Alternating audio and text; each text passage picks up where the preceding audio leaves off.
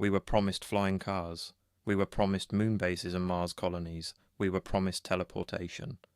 We were promised that by the early 21st century, human civilization would look fundamentally different from anything that had come before. It is now the early 21st century. Where is all of it? That question is more interesting than it sounds, because the answer is not simply that the technology failed to arrive. In many cases, the technology exists, the flying car is real. The problem is not the invention, the problem is everything else. And understanding why science fiction's grandest promises remained unfulfilled tells you something important about the difference between imagining the future and actually building it. The flying car. The flying car has existed in various forms since the 1940s. Paul Moller has been promising a commercially viable flying car since the 1970s. Terrafugia built one, Aeromobile built one, PAL V built one. They all work in the sense that they can take off, fly and land. None of them are in your garage. The reason is not the technology. The reason is everything surrounding the technology. Air traffic control systems designed for commercial aviation, not for millions of individual vehicles navigating cities. Insurance frameworks that don't exist. Certification processes that take decades. The fact that most people crash their cars regularly and the consequences of crashing something airborne are significantly worse. Science fiction imagined the flying car as a technology problem.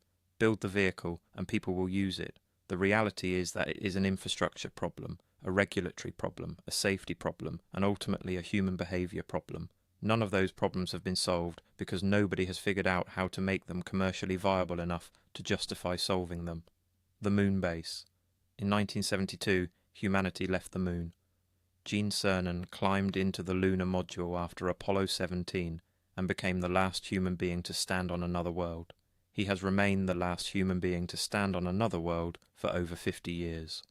This was not the plan.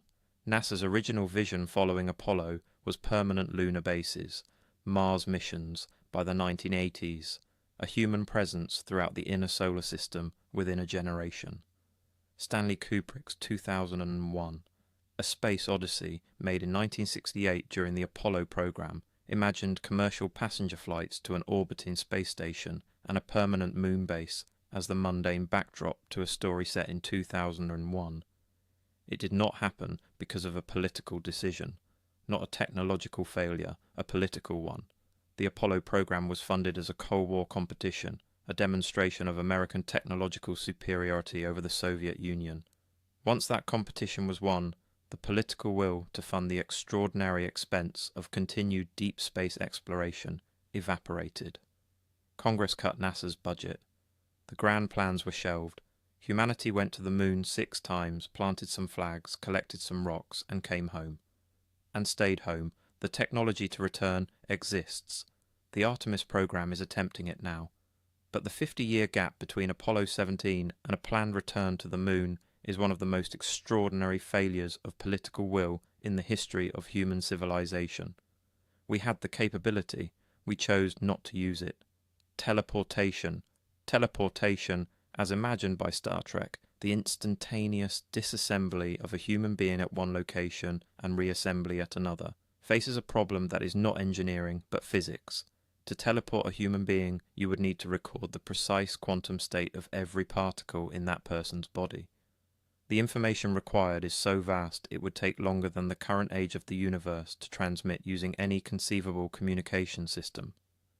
And quantum mechanics introduces a fundamental problem. Measuring a quantum state destroys it. You cannot copy a person, you can only move them, which is not what teleportation imagines. Quantum teleportation is real. It has been demonstrated with individual particles. But it teleports quantum information, not matter. It cannot be scaled to human beings without violations of physics that we have no reason to believe are possible.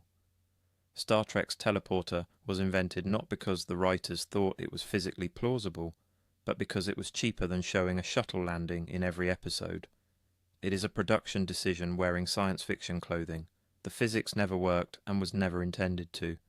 The cure for everything Star Trek's Dr. McCoy could diagnose and treat almost any condition with a wave of his medical tricorder. Science fiction broadly imagined that medicine would advance to the point where most diseases were simply solved, scanned, identified, treated, cured. Medicine has advanced extraordinarily, but medicine has not solved the body the way science fiction imagined.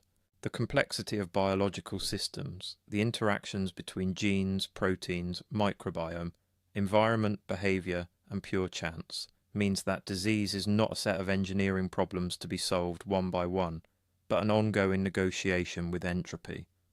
We get better at the negotiation. We do not win it. McCoy's tricorder exists, more or less, in the form of portable diagnostic devices. What doesn't exist is the certainty, the ability to scan someone and simply know what is wrong and how to fix it. The body remains stubbornly resistant to the kind of clean engineering solution that science fiction preferred to imagine. What went wrong? Nothing went wrong, exactly. The promises of science fiction were never engineering specifications. They were dreams, possibilities, provocations. What science fiction consistently underestimated was not human ingenuity, that has exceeded almost every expectation. What it underestimated was friction, the friction of politics, of economics, of regulation, of human behavior, of physics and biology, and the sheer stubbornness of complex systems. Science fiction imagines technology in isolation. Reality insists on context. And perhaps that is the most useful thing science fiction does. Not predict the future accurately, but show us what we are reaching for, and why the gap between the reaching and the arriving is so consistently, stubbornly human.